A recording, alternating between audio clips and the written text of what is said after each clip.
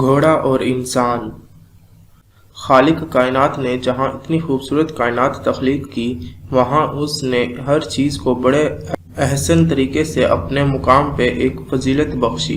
कायनात की एक एक चीज़ अल्लाह ताला की हम तो सना बयां करती है और अपने वजूद से इस कायनात का हुस्न बढ़ाती है। जिस तरह बाकी हर शय अपनी हैसियत को कायम रखे हुए है, वहाँ घोड़ा भी सर फहरिस्त है। घोड़े के इंसान पर एहसानात का शुमार नहीं। ये जानवर इंसान जैसे शऊरी इर्तिका की बुलंद मंजिल को पहुंचने वाले को हैरान करने की सलाहियत रखता है।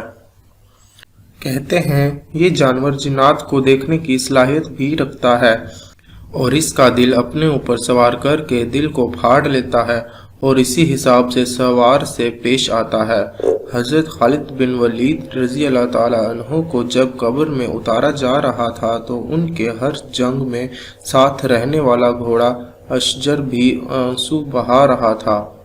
जहांगीर खान ने 1221 ईस्वी में वस्ती एशिया पर हमला किया और ख्वारज़म शाह दोइम से दरियाए सिंध के पार जंग शुरू की हुई।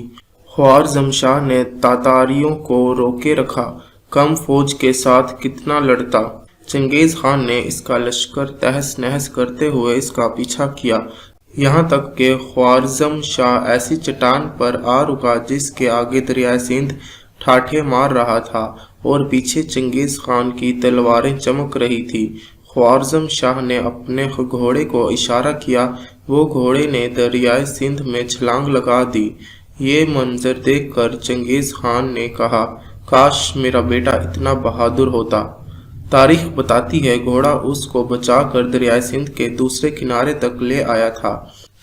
कहते हैं कि घोड़ा सवार पहचानता है और फिर उसी तरह सवार को डील करता है जैसा सवार है। आज गाड़ी, टैंकों, जहाज़ों ने फासले समेट दिए, घोड़ा एक शौक या शो पीस बनकर रह गया।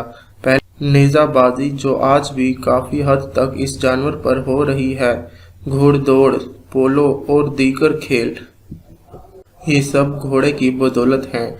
घोड़ा हमें बचपन में टांगों में सवारी ले जाता हुआ भी मिलता था, जिसकी सवारी का लुत्फ हम कई बार हासिल कर चुके हैं।